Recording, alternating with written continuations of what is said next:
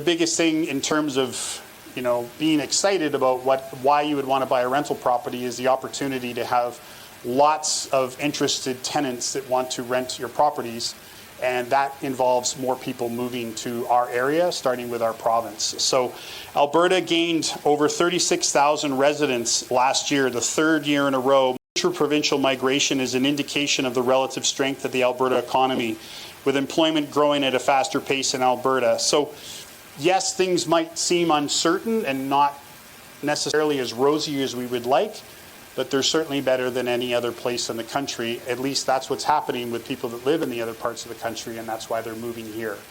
Certainly, I've been to lots of events like this where they talk about, especially a weekend event, we get people coming from other parts of the country, and they'll start talking about, you guys don't even know how good you have it here.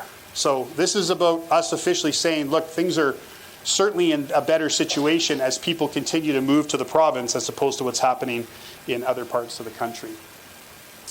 So further to what I was talking about, this is also something else that I'm seeing. This is from the Alberta Treasury Branch. They're putting out 3 different scenarios because of Trump.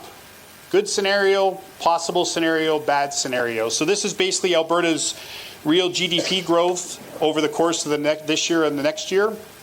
And a lot of it has to do with Trump. So we'll probably be seeing a lot of these types of graphs moving forward. Ultimately, just a quick look at 69% of total growth. International migration was the largest driver of population, while interprovincial migration accounted for 21% and then down from there. And just a quick graph to show you that far and away the largest amount of people that are moving here are coming from Ontario and British Columbia. Alberta's population is getting close to hitting 5 million. It'll probably hit 5 million people by the summertime. We're at 4.96 as of January 1st. You can see about change in population over the course of from January to January, Alberta leading the way at 3.5% growth. People continue to move here. Alberta has the largest average weekly earnings. It rose not as fast as it has in the past, but it continues to lead the country. Up 5.7%. The largest increase took place in PEI with Alberta's 3.5%, but we still lead the country in regards to having the highest average weekly earnings. And there you can see right there. So we lead the charge.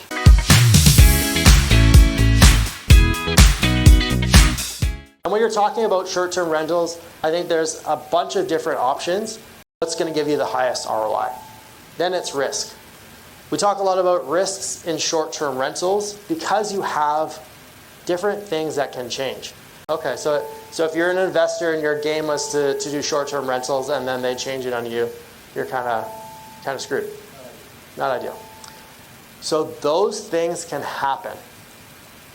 There's an element of risk, and we're going to be talking specifically about kind of a beginner's guide to short-term rentals, and then we're going to be looking at a specific deal or an opportunity that goes through the numbers and gives you guys a little bit of an indicator of what that would look like.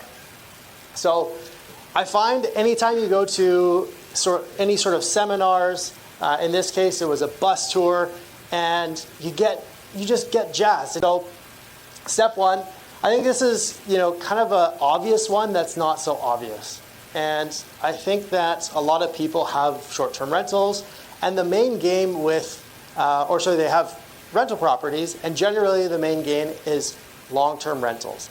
It's kind of the easiest one to get started. You buy a house, you throw some tenants in there, you don't have to worry about furnishing, you don't have to worry about codes and access and dealing with people coming in at all hours. You just kind of like set it and forget it. You get a tenant, you sign a year lease, you hope they pay your rent. You kind of don't show up for a couple of years because maybe they just pay rent on time and nobody really goes and looks at it. And that's generally what we see with a lot of investors who are like, kind of fly-by-night landlords, you could call it. But if you have existing properties, there's a lot of good tools. There's a lot of fantastic people to get connected with in the community that can help you look at that property you have and say, how can we convert this into a short-term rental? What does that investment look like? And ultimately, does it make sense for you to convert it? So I think that's probably one of the first things that I would do is, what's the key considerations of transitioning a long-term rental into a short-term. But let's say you don't have anything. You're brand new, you're just getting started. What do I do? Well, number one, you gotta buy a property that you can turn into a short-term rental.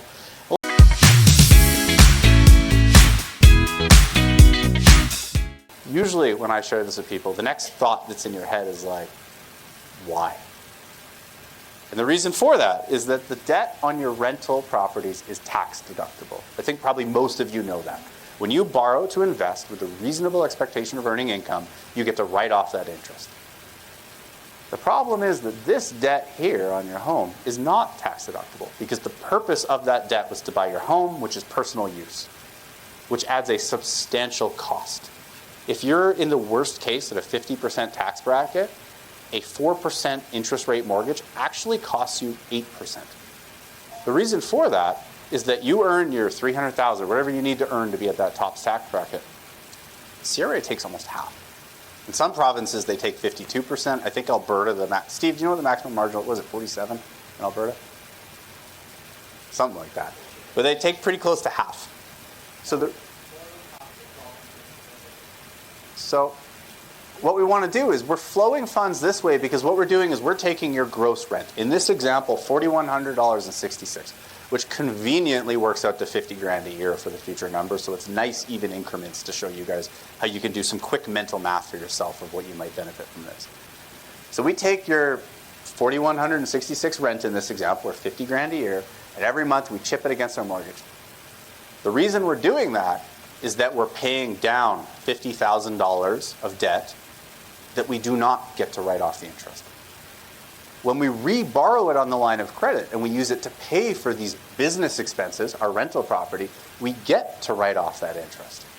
Plus, if we borrow on our home equity line of credit to pay its own interest, we are essentially accruing interest or we're creating debt to pay interest on business debt, which is also tax deductible, which makes this really efficient. So if you were to fully write off a $500,000 mortgage, if you were to fully convert it, which is the language I'll use, at a 38% marginal tax rate, that's going to get you about $8,600 of refunds back in your pocket. That's not the deduction, but that is the value of the tax refund to you.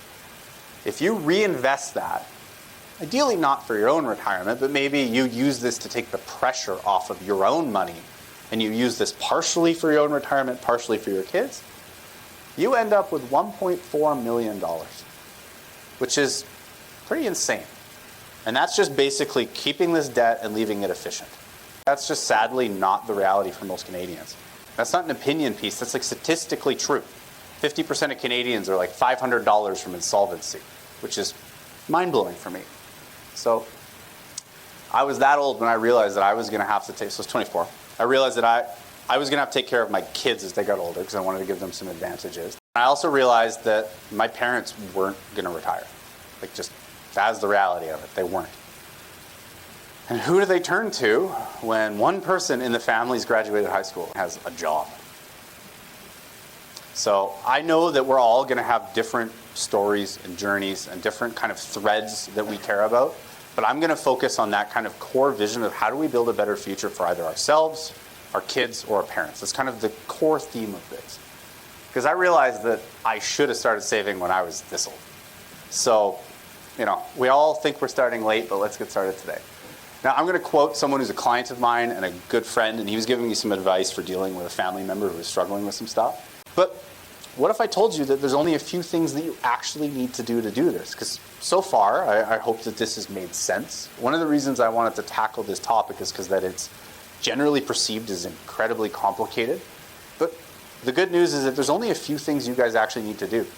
This takes 7 minutes a month.